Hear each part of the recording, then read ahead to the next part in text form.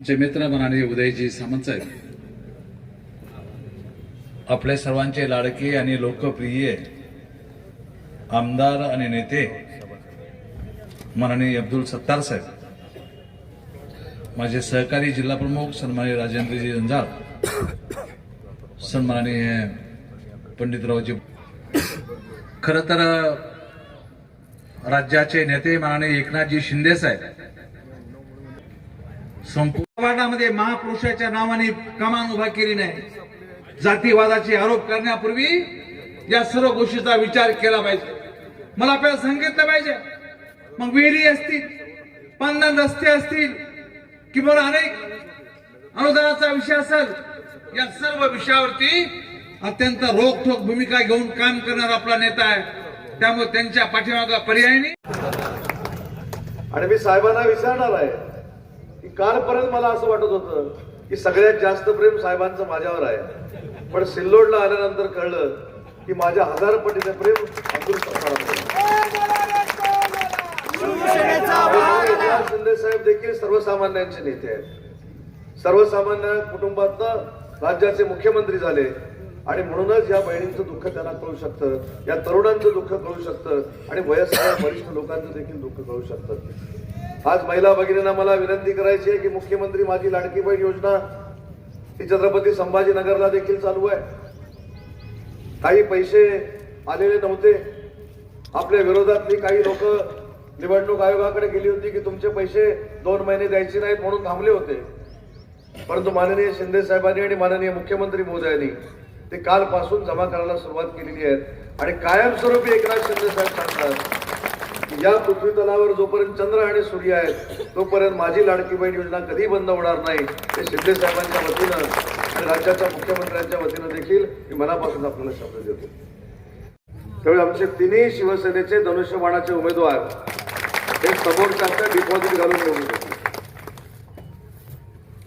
खरं तर समोरचे जे उमेदवार आहे हे आपल्याच मित्र पक्षाचे आहेत.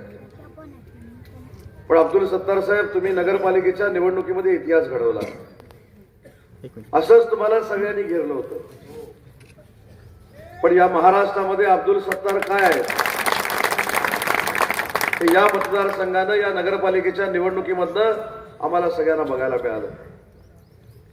एका नगरपालिकेमध्ये 30 नगरसेवक निवडून आले, एका नगरपंचायतीमध्ये 17 नगरसेवक निवडून आले. त्याच्यामुळे तुमच्यासारख्या ज्येष्ठ सहकार्याबद्दल माझ्यासारख्या कार्यकर्त्याला आत्मविश्वास आहे की तुमच्या जिल्हा परिषद गटातल्या सगळ्या उमेदवारांना तुम्ही एवढी ताकद दिलेली आहे, विकासात्मक ताकद दिलेली आहे की तुमच्या मतदारसंघातले सगळ्या जिल्हा परिषदेचे उमेदवार ते विजयी होतील आणि पंचायत समितीचे देखील उमेदवार विजयी होतील.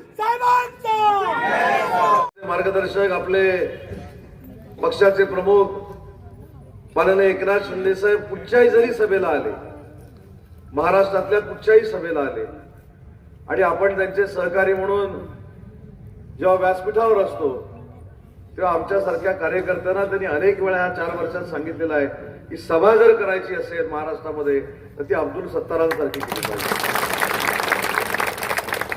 त्याच्यामुळे अशाच व्यक्तीवर टीका करतात, अशाच व्यक्तीला घेरण्याचा प्रयत्न करतात. पण जसं नगरपालिका नगरपंचायतीला चक्रव्यूह अब्दुल सत्तार साहेबांनी तोडलं तसं या जिल्हा परिषदेला देखील चक्रव्यूह तोडतील आणि अनेकांना संदेश देतील की भविष्यामध्ये अब्दुल सत्तार साहेब ज्यांच्या सोबत आहेत तेच विजयी होतील. हा संदेश देखील तुम्ही या निवडणुकांमध्ये द्या. कारण आज आमच्या माजी जिल्हा परिषदेच्या अध्यक्षांनी सांगितलं, साहेब या माजी जिल्हा परिषद अध्यक्षांना महाराष्ट्रात फिरवलं पाहिजे. 10 वर्षानंतर स्वतःहून थांबणारा माणूस मी पहिल्यांदा इकडे बघितलेला आहे. नाहीतर राजकारणात 100 वर्ष झाली तरी शेवटी सुद्धा मला उमेदवारी पाहिजे जाताना असे सांगणारे राज्यकर्ते आपण अनेक बघितलेले आहेत. असू दे ना, पण तुम्ही थांबला याला महत्वाचं आहे. हो, खाली पुतण्यासाठी काका पण थांबत नाही. खरं आहे. शेवटी पुतण्याला तुम्ही दिला हा तुमच्या मनाचा मोठेपणा आहे. तुमच्या कुटुंबातल्या व्यक्तीला तुम्ही उमेदवारी दिली हा तुमचा मोठेपणा आहे. पण या राजकारणामध्ये 2026 सालामध्ये एखादा माणूस स्वतः निवडून येणारा असतो, तो थांबतो, हा आदर्श शिवसेनेच्या सगळ्या पदाधिकाऱ्यांनी महाराष्ट्रामध्ये सांगितला. तसं माननीय देवेंद्रजी फडणवीसांकडनं देखील हक्कानं काम करून घेणारा जर माणूस कोण असेल, जर नेता कोण असेल, तर ते देखील अब्दुल सत्तारच आहे. त्याच्यामुळे एकही मत इकडे तिकडे घालू नका, एकही मत इकडे तिकडे घालू नका. मुख्यमंत्र्यांकडनं काम करून घ्यायचं असेल तरी इथल्या कोणाचं काय चालत नाही, अब्दुल सत्तारांचंच चालतं. एकनाथ शिंदे साहेबांकडनं काम करून घ्यायचं असेल तरी देखील एकनाथ शिंदे अब्दुल सत्तारांचंच चालतं. आणि ज्यांना आपण आदराने सगळे श्रद्धांजली वाहतो गेले काही दिवस, ते दिवंगत अजितदादांकडनं देखील ते कसं भांडून काम करून घ्यायचे हे बघणारा माझ्यासारखा कार्यकर्ता आहे. आणि म्हणून अब्दुल सत्तार साहेबांचं नेतृत्व हा या मतदारसंघाचा ठेवा आहे असं समजून आपण सगळ्यांनी काम केलं पाहिजे. माणूस जातीपातीचं राजकारण करणारा नाही. माझी आणि तशी त्यांची ओळख 2014 पासून आहे. मी ज्यावेळी राज्याचा राज्यमंत्री झालो ते माझे कॅबिनेट मंत्री अब्दुल सत्तार साहेब होते. आणि त्यावेळी देखील अब्दुल सत्तार साहेब, तुम्हाला आठवत असेल की कुठची फाईल जर तुमच्याकडे नेली रत्नागिरी जिल्ह्याची तर ती कधीही तुम्ही नाकारलेली नाही. आणि म्हणून तुम्ही आज जी मागणी केलेली आहे की आपली MIDCची जागा बदलून गेवराई अंधारीला तुम्हाला MIDC करायची आहे, आज राज्याचा उद्योगमंत्री म्हणून या हजारो लोकांच्या साक्षीने सांगतो की आचारसंहिता संपल्यानंतर अब्दुल सत्तार साहेबांच्या अध्यक्षतेखाली मिटिंग लावून ही MIDC बदल करून जाहीर केली जाईल. कारण त्यांनी स्वतःसाठी कुठं काय मागितलंय. सर्वांचे जवळचे आमचे मंत्री महोदय, तर सिमेंट बांध पासून तर रोड रस्ते, सिंचनापासून तर आरोग्यापासून तर रोजगारपर्यंत अनेक गोष्टी त्यांनी माहिती दिली. आपल्या सूतगिरणीचं काम आपण गेल्या वर्षी चालू केलं.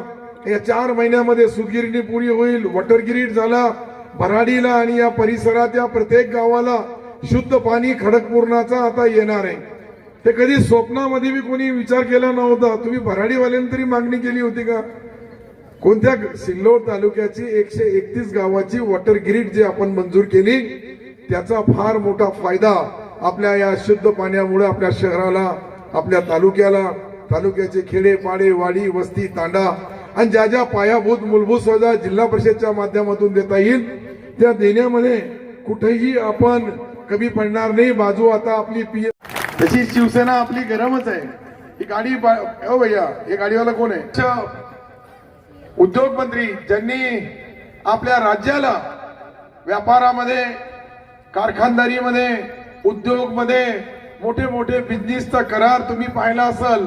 लाखो कोटी रुपयाचा करार करून आपल्या राज्यामध्ये 25 जो बारिश में सिदोर आते हैं, बस्ती आते हैं, वो आके चले जाते हैं 5 मिनट में. और हमारा साहब का, हमदा साहब का विकास ये उनको सहन नहीं हो रहा है. हर जगह उनको घेरने की कोशिश कर रही है. मैं ज्यादा बात नहीं करने वाला. कोई लोग गलत अफवाह फैल रहे हैं, मैं कसम खा के खाता हूँ हमने कोई गलत काम किया नहीं. आपका जवाब दे देंगे. तो इसलिए मैं आपसे एक विनंती करूंगा. छत्रपती संभाजीनगर चे खासदार संदीपानजी भुमरे साहेब, शिवसेनेचे सैनिक बांधवालो, खऱ्या अर्थानं सिल्लोड मध्ये आल्यानंतर ही दुसरी सभा आहे.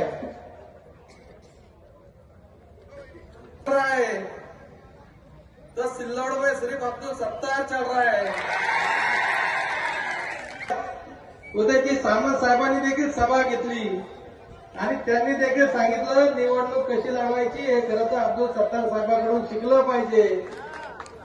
आणि समोरच्याचं डिपॉझिट जप्त झाल्याशिवाय गरज नाही. आजच मी सांगतो या गटाचा निकाल लागलेला आहे. तिन्ही जागा आलेल्या. 7 तारखेला इतकं काही मतदान होणार आहे धनुष्यबाणाला. 9 तारखेला ज्यावेळेस पेट्या फुटत्या, सत्तार शेठ या शिवना गटातून सगळा धनुष्यबाणच निघाला.